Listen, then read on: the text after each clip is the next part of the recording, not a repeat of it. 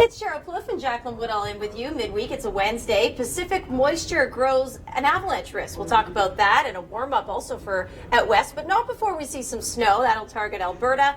And looking long range ahead for Ontario, what we can expect. Let's dig into this West Coast story. Not a great situation, Cheryl, for the ski resorts this year. No, and the reason it's not a good thing, actually, this pattern setup, is because the snow levels are rising so significantly. So we put this together to show you there's Mount Washington on Vancouver Island, and then there's Whistler. When we look at over the next day or so, the freezing levels. Watch what happens as this sets into motion at alpine level for these ski resorts in the coastal range. And I learned, because we don't live there, we're in Ontario here, our headquarters, that a lot of these places don't make snow because normally they get such an abundance of snow. Some do and some don't. Some do and some don't, yeah.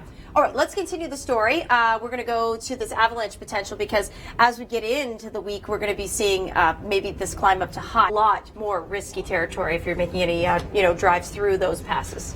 Let's go to Alberta because we have some snow on the way. Maybe not so much in Calgary, but we do for Edmonton. Let's check in with Deb and see what it's like in Calgary.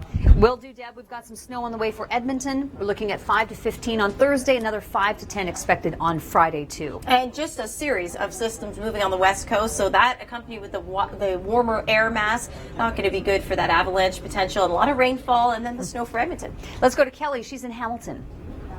On and off flurries throughout the rest of the day in southern Ontario. For now, back to you.